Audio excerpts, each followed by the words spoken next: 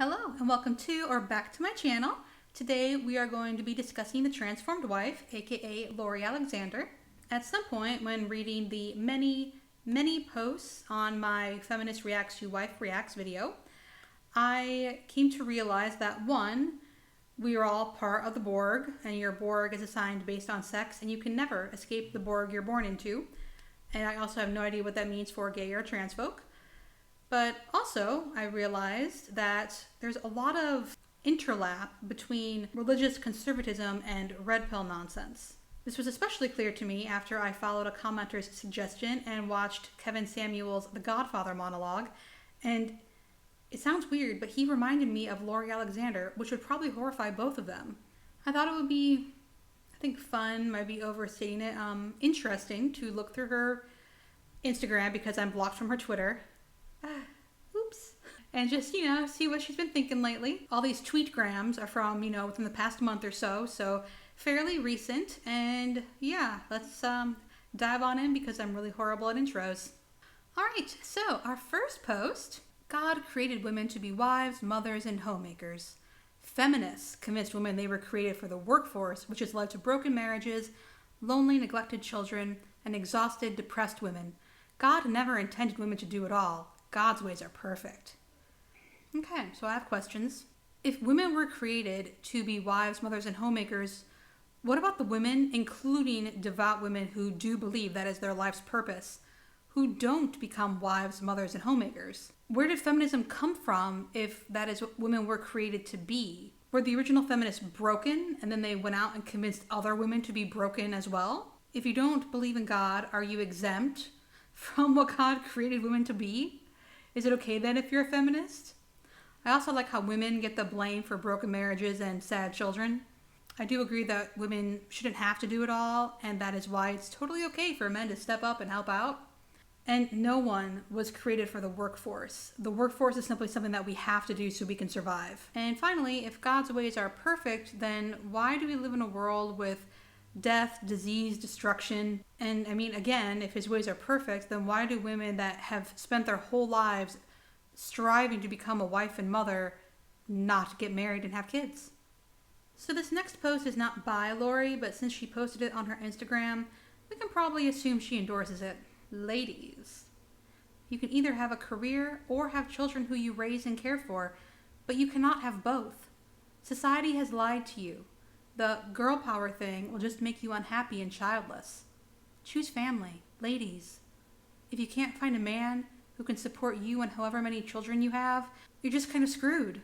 Why is Life Tips for Men talking to women at all? For one, this is assuming there is a man who is willing to have a stay-at-home wife and that he can also afford to support said wife and however many children they have. And what happens if said man cannot afford to, have a wife and children on one income? Does that make him less of a man? No. I can only imagine the great life tips for men this guy has. It just puts way too much pressure on men. And it also puts way too much pressure on women in thinking that, they have to go find the man that can support them and their family because if they work, their children will hate them. This makes no sense. At this point, I would say that most people are raised by working parents. And there is no shame in that. It's also kind of funny because, what would this type of person say if someone's like, yeah, I can't afford to have kids, so I didn't have any? Should you just trust in God that it'll be okay? These people that post these things are so incredibly privileged. Girl power is a very shallow and meaningless thing that was just a catchy phrase, 20 years ago at this point? No one says girl power seriously anymore, if it was ever said seriously. If a woman wants to work, there's no reason she has to be childless unless that's what she wants to be. And also, being childless does not mean you'll be unhappy. Children do not equal happiness. In fact, I believe studies have been done that show a married couple's happiness dips after having a child. Dressing modestly is protection for you, women. All of God's commands to us are for our good. Trust him. It doesn't matter how someone encourages and admonishes women, even if it's in a song, to dress modestly. Receive truth with open arms. Never be offended by it. I don't know why, but something about dressing modestly as protection for you, women, sounds weird and unnatural. I think Lori really wants to be a preacher, and yet she's telling herself she can't be because of God's rules. Some people are really weird. But as I said to Classically Abby, I will again say to Lori Alexander, dressing modestly is not protection. If someone has bad intentions, they will try to perform said bad intentions no matter what you're wearing. So again, this is not from Lori, but she did post it, so endorsement. We're too caught up teaching our girls to be independent instead of teaching them how to be kind, nurturing, and humble, instead of teaching them how to thrive in a relationship. Lead them by example and they'll rediscover the value of womanhood. That's how we find fulfillment. If women are naturally supposed to be kind, nurturing, and humble, why do we need to be taught that? And also, Skylar Swall is a man, so how does he know how women find fulfillment? It just always occurs to me whenever I see a man saying something like this, that this is how they want women to find fulfillment, in service to a man. So yes, this is the post that made me think that Lori Alexander and Kevin Samuels have more in common than I ever would have thought. Men are looking for the 4 F's from women: fit, feminine, friendly, and faithful. How thoughtful. She explains what exactly she means to us. Fit, best shape you can be in. Feminine, acts, dresses like a woman, not a man. Friendly, kind, amicable, warm, not hostile. Faithful, committed for life to God and husband, speaks no evil of him. I find the fit one kind of funny because Classically Abby, another conservative woman, asks if you want to be known for your body or for your family at 50. And what does acting and dressing like a woman entail besides being friendly? Does wearing jeans count as dressing like a man? As for the faithful, there is no capitalization of him. So is the husband above God? She can speak evil of God, but not of husband? So this is not by Lori, but it is a quote tweet in response to something she posted that she found quite clever, and she wanted to share it. So there's an image of a school bus, which is apparently a feminist, equating themselves to men, and a train, which is labeled as biology, which hits the school bus. I don't think they know what feminism is. No one is saying a woman is a man. We're saying we should have the same rights as men. Divorce is child abuse and grandchild abuse. It doesn't matter if they are 5 years old or 45 years old. They will feel pain, and you will be the cause of it. All right, well, at least now I know why they push having kids so hard. That way, they can use your kids and grandkids to guilt you into staying in bad marriages. My grandparents divorced. I have no memory of it. And in all honesty, it was for the best. And as a kid, I wished my entire childhood that my parents would divorce. They did not, but it's not always a bad thing. But this does not surprise me coming from a woman who thinks you can just submit abuse away. Our culture has made fertility into a curse and sterility, birth control, into a blessing. In the Bible, godly women felt deep grief when infertile and blessed by fertility. God calls children a blessing. Your fertility is a blessing. Be thankful if you're fertile and bearing children. I would actually call dying from a septic miscarriage a curse, and birth control is used for a lot more than simply birth control. It does not matter if someone is godly or not. If someone wants to have kids and they're infertile, they'll feel deep grief.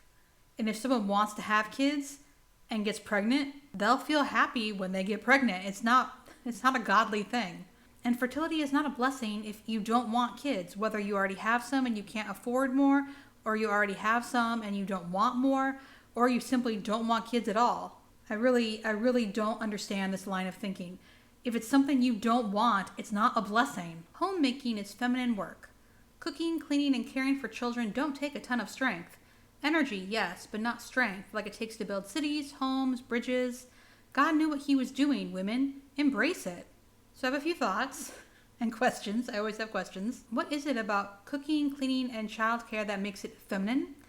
And so there's different kinds of strength. There's physical strength, emotional strength, mental strength, and I would say it takes a ton of emotional strength to care for kids, especially considering, if you have a job, building a house, and you get a cold or whatever, you can call out sick. You can't really tell your kids, I can't care for you today, I'm not feeling well. And also, I don't know, it's the weirdest thing. They're demolishing a building down the street, and it really looks like they're using machines to demolish it and not their bare hands. Weird. It's like, as if time goes on, physical strength isn't as important as it was 200 years ago. Whenever I teach wives to be submissive, physical abuse comes up. Many want to equate submission with abuse. What about the thousands of wives who physically abuse their husbands? Is it due to submission? No. Angry or evil people abuse. Submission has nothing to do with abuse. So Lori is right that angry or evil people abuse. However, it is much easier to abuse and to be abused when you are going by the submission model. So you're telling a man that he has power over his wife and children. And as they say, power corrupts. And even if he doesn't start off that way, he can become abusive. And then you're telling a woman, it is your duty as a woman to submit to this man, which makes it hard for her to tell when he's being abusive, because for all she knows, he's just, being led by the Lord and she's misreading him or is being influenced by Satan. I would actually say religion is what you should be concerned about when it comes to abuse especially, but I do find it interesting that Lori mentions physical abuse. What about emotional, mental, or spiritual abuse? And that is one of the many reasons submission is problematic, because so you have the children, and then the wife who is above the children, and then the man who is above the wife and children, and then Jesus, who is supposed to be above all. However, there's actually no physical manifestation of Jesus. So if a man says, Jesus laid it on my heart to do whatever, his wife can only trust that, that's true. And she can't really doubt, because then he could be like, well, Satan is telling you to doubt me. It's like when someone has power over someone else, that situation is just ripe for abuse. And despite what Lori thinks, you can be a complete doormat in your submission and someone can still be abusive. There is no way that you can submit enough to appease an abusive person. I would also like to add that the man is not only supposed to be the headship of the house, but he's supposed to be the spiritual leader. So if a woman is anything other than meek and obedient, he can threaten her that her salvation is in jeopardy. That wouldn't scare me very much because I don't believe in it, but someone that does, that's just an extra incentive for falling in line, even if you don't agree with whatever your spouse is doing. All right, that is the end of this video. Thank you so much for watching. I'm now going to attempt my awkward YouTube speech. Please feel free to like the video if you enjoyed it, subscribe if you would like more of this content, and leave a comment below if you have any thoughts you'd like to share on Lori Alexander's what she does. Anyway, I hope you enjoy the rest of your day and have a good weekend. Bye.